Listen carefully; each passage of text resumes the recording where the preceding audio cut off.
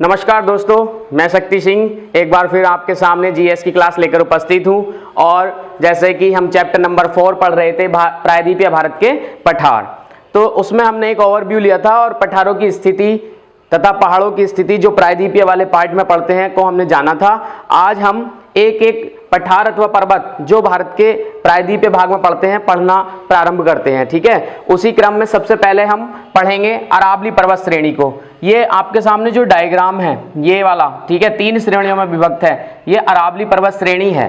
ठीक, अरावली पर्वत श्रेणी का विस्तार, अरावली पर्वत श्रेणी का विस्तार गुजरात में गुजरात के पालनपुर डिस्ट्रिक्ट को आप सभी जानते होंगे, जहां एक आमिर खान की एक फेमस मूवी आई थी राजा हिंदुस्तानी। ठीक है, पालनपुर में ही उसकी शूटिंग हुई थी। तो गुजरात के पालनपुर, ये है गुजरात का पालनपुर का क्राइटेरिया। मैं आपको बता दूं, ये बिल्कुल एक एग्जैक्ट कंडीशन नहीं होती। ठीक है, ज्योग्राफी को इमेजिन करना पड़ता है। ज्योग्राफी एक ऐसा सब्जेक्ट है जिसको सीखने के लिए, यहाँ रटना नहीं है, सीखने, मेरे साथ आपको सीखना है ज्योग्राफी को सीखने के लिए हमें उसे इमेजिन करना पड़ता है। अगर हम बिल्कुल एग्जैक्ट पॉइंट ऑफ व्यू से देखें तो हो सकता है ये थोड़ा आगे पीछे हो, लेकिन हमें सीखना है। तो ये डायग्राम को कल्पना मैंने खुद ने डायग्राम को दी है, ये एक ड्रॉ किया है, फ्लो चार्ट अपने आप से ड्रॉ किया है। ठीक है, लेकिन उनको जीएस की दृष्टि से जब हम पढ़ेंगे तो वो बिल्कुल एग्जैक्ट बैठेगा। तो गुजरात के पालनपुर से लेकर दिल्ली में मजनू का टीला, ठीक है, गुजरात के पालनपुर से लेकर दिल्ली में मजनू के टीले तक अरावली पर्वत श्रेणी का विस्तार है। आप नोट कीजिए। ठीक, ये वाला जो आपका पूरा है ये आपकी अरावली पर्वत श्रेणी है। अरावली पर्वत श्रेणी,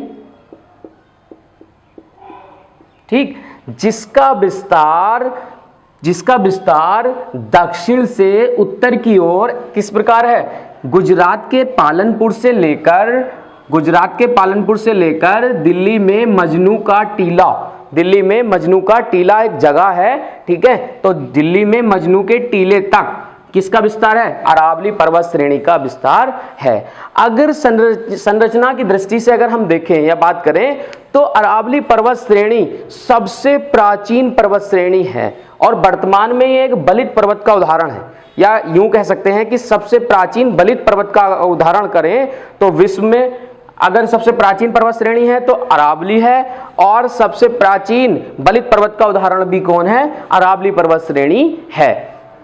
परंतु वर्तमान में अरावली पर्वत श्रेणी का केवल अवशिष्ट भाग, मतलब बचा हुआ भाग शेष है। वर्तमान में अरावली पर्वत श्रेणी का केवल अवशिष्ट भाग अर्थात केवल बचा हुआ भाग शेष है। ठीक है, बलित पर्वत मैंने आपको लास्ट वीडियो जब हिमालय का पढ़ाया था उसमें बताया था बलित का मतलब क्या है। बलित किसके साथ आएगा, अगर आपसे क्वेश्चन पूछ भी लिया जाए निम्नलिखित में से कौन सा बलित पर्वत का उदाहरण है अथवा निम्नलिखित में से कौन सा बलित पर्वत का उदाहरण नहीं है, तो बलित का मतलब है मोड़। जिस भी पर्वत में किन्हीं भी भौगोलिक अवयवों के कारण, किसी भी पर्वत पठार पहाड़ में किन्हीं भौगोलिक अवयवों के कारण या आंतरिक संरचनाओं उथल पुथल के कारण जो भी पर्वत किसी दिशा में मुड़ जाएगा, घूम जाएगा, तो ज्योग्राफी की लैंग्वेज में उसको बलित नाम दिया जाएगा, बलित पर्वत। क्योंकि मोड़ को ज्योग्राफी के अंदर अगर आप सोचिए, अगर ये मोड़ है या इस टाइप का मोड़ है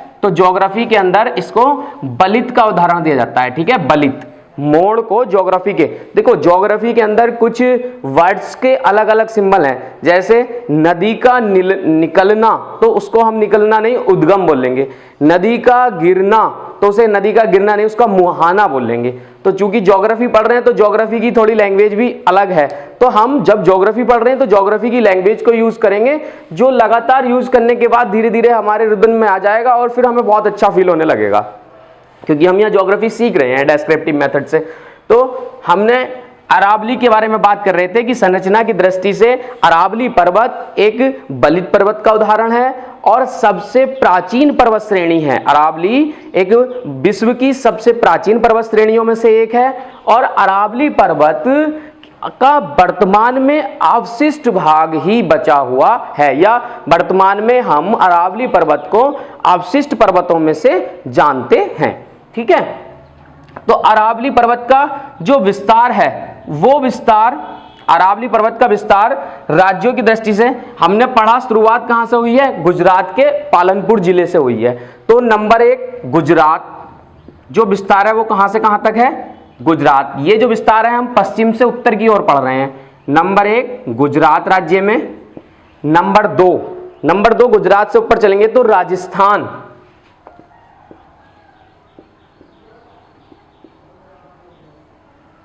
राजस्थान। नंबर 3 हरियाणा और नंबर 4 दिल्ली। ठीक है, वैसे ये इन 3 राज्यों में विस्तृत है, गुजरात, राजस्थान और हरियाणा।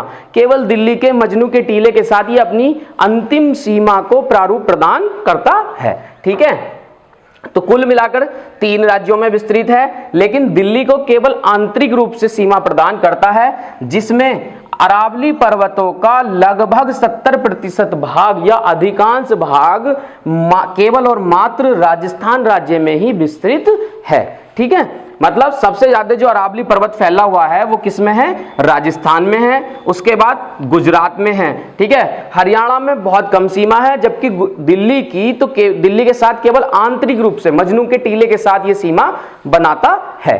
ठीक है, अरावली पर्वत श्रेणी का जो विस्तार है वो 800 किलोमीटर है। 800 किलोमीटर मतलब गुजरात के पालनपुर से लेकर मजनू के टीले तक जो विस्तार है तो इसकी लंबाई कितनी है? 800 किलोमीटर इसकी लंबाई है। ठीक है, गुजरात के साथ मजनू के टीले तक जो इसका पूर्ण संरचनात्मक रूप है, तो ये अरावली पर्वत 3 मुख्य श्रेणियों में बटा हुआ है। ठीक है, 3 मुख्य श्रेणियों में बटा है। और राजस्थान में इसमें माउंट आबू इसकी सबसे ऊंची श्रेणी, किसकी? आप नोट करते रहिए, किसकी? अरावली पर्वत की सबसे ऊंची श्रेणी माउंट आबू पड़ती है। और माउंट आबू में ही इस पर सबसे ऊंचा पर्वत शिखर जिसका नाम है गुरु शिखर। ठीक, गुरु शिखर जिसकी ऊंचाई कितनी है? यह है गुरु शिखर, यहां गुरु शिखर है माउंट आबू पर, और इसकी ऊंचाई कितनी है? 1722 मीटर। ठीक है, 1722 मीटर इसकी ऊंचाई। मतलब अरावली पर्वत श्रेणियों का सबसे ऊंची पर्वत श्रेणी कौन सी है? माउंट आबू। और माउंट आबू पर ही सबसे ऊंचा पर्वत शिखर है, जो चोटी है वो नाम है गुरु शिखर। गुरु शिखर किस पर? माउंट आबू पर। माउंट आबू पर। ठीक है, जिसकी ऊंचाई कितनी है? 1722 मीटर है। ठीक है, आप एक बार देख लीजिए, इधर से दक्षिण से उत्तर की ओर जो अरावली का विस्तार है वो 800 किलोमीटर है, जबकि जो अरावली पर्वत है वो 3 श्रेणियों में डिवाइडेड है। जो उसकी मध्य श्रेणी है, मध्य श्रेणी का नाम है माउंट आबू, जो सबसे ऊंची पर्वत श्रेणी है। और माउंट आबू में ही जो सबसे ऊंची चोटी है या पर्वत शिखर है वो है गुरु शिखर, जिसकी ऊंचाई 1722 मीटर है। अगर आपसे क्वेश्चन बनता है अरावली पर्वत श्रेणी की सबसे ऊंची चोटी गुरु शिखर, अरावली पर्वत श्रेणी की सबसे ऊंची श्रृंखला माउंट आबू। ठीक, और माउंट आबू में एक प्रसिद्ध जैन मंदिर है दिलवाड़ा। ठीक है, एक प्रसिद्ध मंदिर है दिलवाड़ा मंदिर।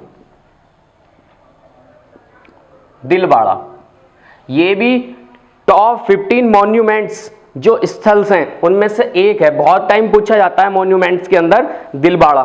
तो दिलवाड़ा कहां पड़ा? आपका राजस्थान में पड़ा। राजस्थान में माउंट आबू अरावली पर्वत श्रेणी पर पड़ा। ठीक है, क्लियर हुआ?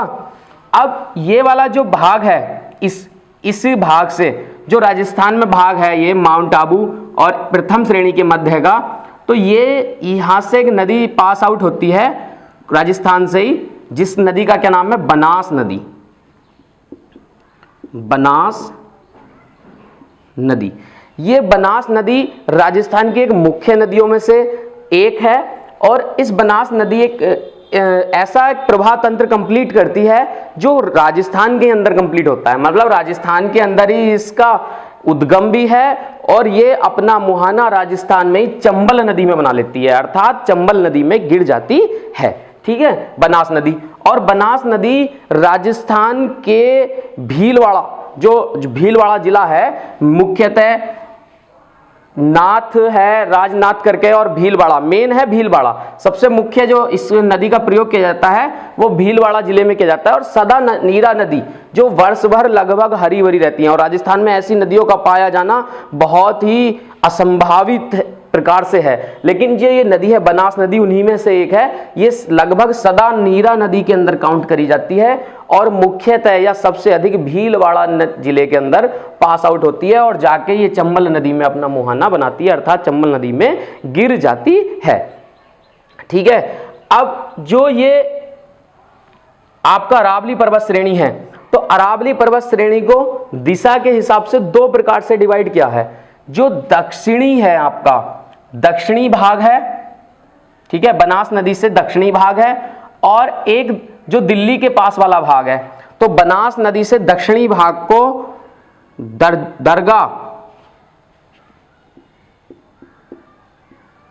पहाड़ी,